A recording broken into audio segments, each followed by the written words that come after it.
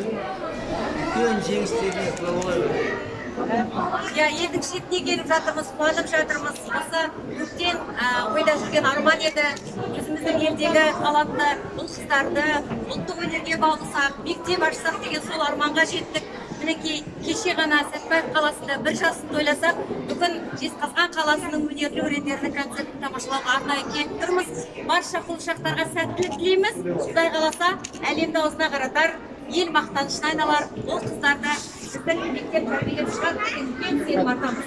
Жасай берсін, аман болсын.